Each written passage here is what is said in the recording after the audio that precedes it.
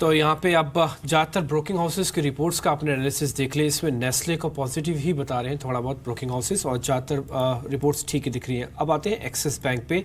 Free charge को खरीदने की एक्सिस बैंक स्नैपडील बोर्ड ने दी सब बिक्री को मंजूरी। ये कुछ एक न्यूज़ फ्लो है। कल एक्सिस बैंक तेजी से टूट गया था नंबर्स के बाद, आज रुकेगा महाजन, मिस्टर महाजन? आज एक्सिस बैंक रुक गया है 3-3.5% टूटने के बाद। देखिए, इसमें इशू है the asset quality concern persist और it is not giving confidence to the investors in the market place. Yes Bank, HDFC Bank, IndusInd Bank, they came out with good numbers and they continue to consolidate their position. कहीं पर market को कहीं value दिखाई देगा और इसमें भी trading perspective से बाइंग वापस आ सकता है, but it is definitely not a buy and hold stock in the portfolio. जी, एक बार भूषण स्टील की बात और कर लेते हैं. हालांकि भूषण स्टील के साथ साथ एसबीआई पर आपको नजर रखनी होगी. एनसीएलटी ने बैंकरप्सी की जो प्रक्रिया है उसको मंजूरी दी है और एसबीआई ने ऑलरेडी कंपनी के खिलाफ अर्जी दी थी और करीब 40,000 करोड़ का कंपनी पर डेट है. लेकिन कल टाटा स्टील की से जुड़ी हुई खबर आई थी कि वो कुछ इन हाई डेट कंपनीज को एक्वायर कर सकते हैं जो कि स्टील बिजनेस में, जिसकी वजह से एक अच्छा स्पर्ट हमने कुछ चुनिंदा छोटे स्टील स्टॉक्स में देखा था. भूषण स्टील कल करीब 13% बढ़कर बंद हुआ. लेकिन अभिजीत, ये टेक्निकली कैसा लगता है आपको, स्पेशली कल के मूव के बाद?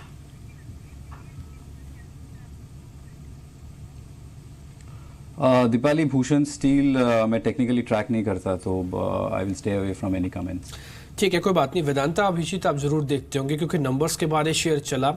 अब ये रुकने की तैयारी कर रहा है ना, ठीक उससे पहले एक और खबर इसमें आ गई कि एक $100 करोड़ टर्म्स में ये कुछ रकम जुटाना चाहता है, बॉन्ड के जरिए रकम जुटाएगा. आज फिर से चलेगा क्या वेदांता? बिल्डिंग भी एक चीज़ है that in this structural bull market, metals जब से टर्न अराउंड किया था, you know the overall market has looked up, और ये मेटल्स का आउट परफॉर्मेंस अपने को लास्ट 3 दिन में भी देखने को मिल रहा है. Tata steel, Vedanta, they have all are being hitting new 52 week highs. तो ट्रेंड काफ़ी स्ट्रॉन्ग है and any dip over the last 6 months have given a chance to buy into it. So मुझे लगता है ये outperformance from the overall metals might continue a little bit more, और you know the front runners in that case would be definitely Tata steel then Vedanta. जी, इसके अलावा कुछ छोटे earnings जो कि कल बाजार बंद होने के बाद आए हैं, उसमें एक HCL इन्फो सिस्टम्स है.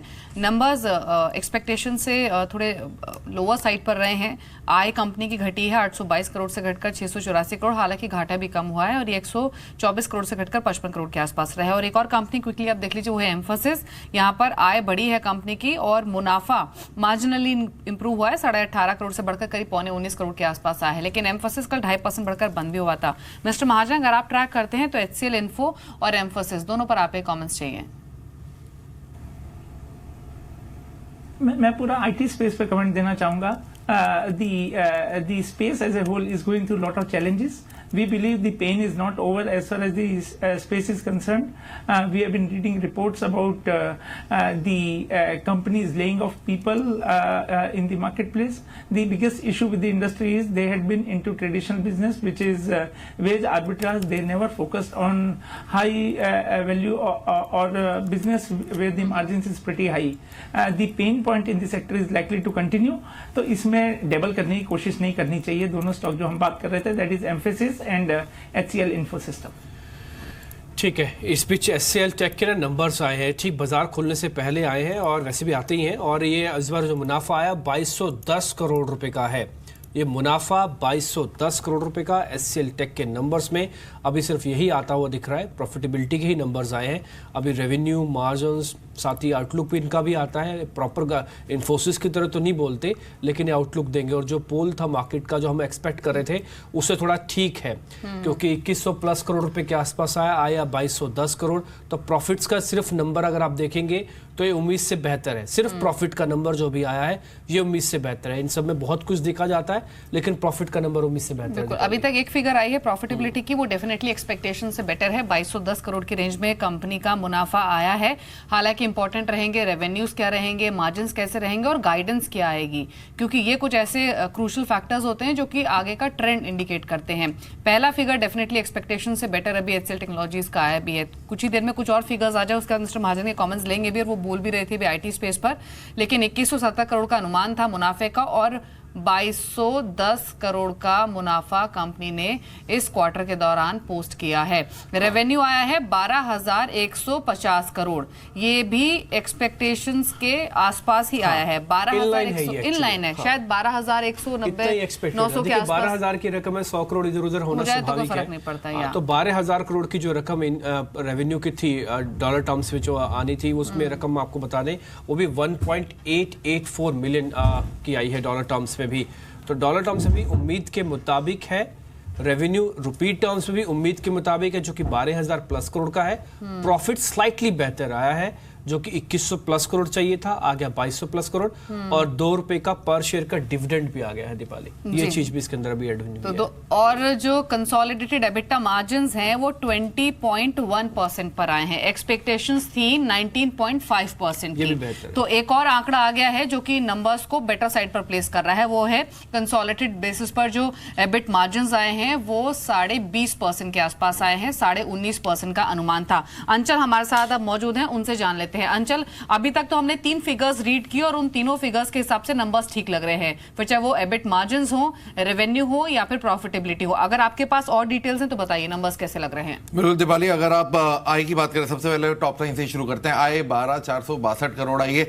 देखिए, क्योंकि अकाउंटिंग स्टैंडर्ड्स बदल रहे हैं दीपाली, तो जो बेसिस हैं कई कंपनियों के चेंज हुए थे। पिछले क्वार्टर में भी हमने देखा था और इस बार HCL के केस में भी दिख रहा है। 13,000 करोड़ प्लस की आय से स्लाइटली डिप हुई है। वो एक चिंता की चीज रह सकती है दीपाली, क्योंकि उम्मीद थी कि डॉलर रेवेन्यूज बढ़ रहे हैं, उसका एक पॉजिटिव सपोर्ट मिलेगा, क्योंकि कन्वर्जन प्राइस इनके फेवर में आ जाएगा। हाँ, रुपी से इंपैक्ट जरूर आएगा, बट फिर भी मोटा मोटा अभी तक जैसे हमने नंबर्स देखे थे, इस भाई HCL में वो उम्मीद थी, तो वो एक फैक्टर जरूर डेंटिंग रहेगा। लेकिन अदरवाइज डॉलर रेवेन्यूज देखिए, $188 बिलियन का अनुमान था, 188.4 आया, एक अच्छा फिगर आया है।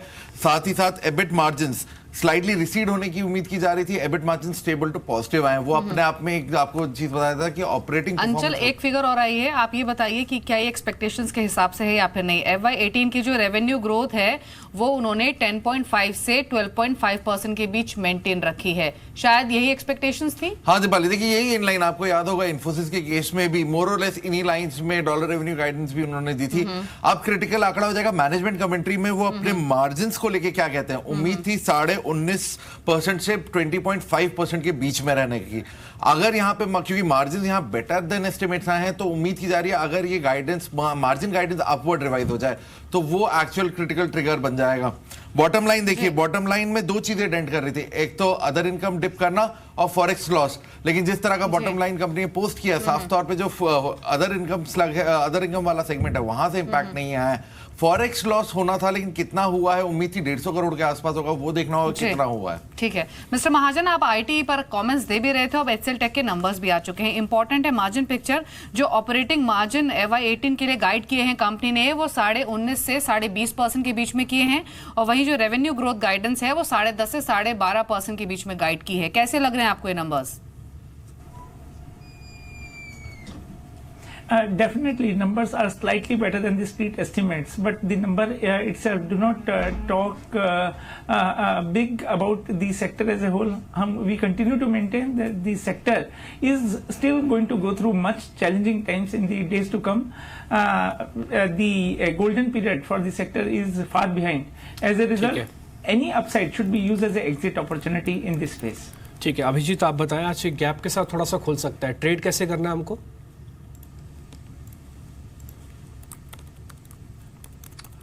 बिल्डिंग भी HCL टेक का जो मूवमेंट है, आई थिंक अगर एक अपसाइड मूवमेंट मिलता है, लास्ट 2 दिन का जो हाइज है which is close to that 904-905 का रेंज, उसके ऊपर अगर निकलता है from a short term point of view, we can get close to that 920-925 zone on the upside. I am talking very short term. Medium term trends ठीक ठाक है, long term trends are nothing great, which is the case with most of the large cap IT stocks.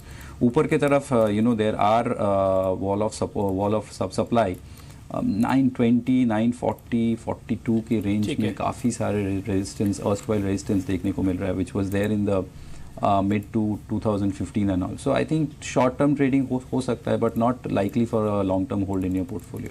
ठीक है, मेरा जो takeaways है इस पूरे HCL के नंबर से वही आया कि प्रॉफिट मेरे लिए अच्छा आ गया, मेरे लिए गाइडेंस ठीक आ गई, मेरे रेवेन्यू इनलाइन आ गए, मेरे को इन्होंने नंबर्स कुल मिला के सारे ठीक दिए हैं, चाहे वो मार्जिन्स के तौर पर क्यों ना हो।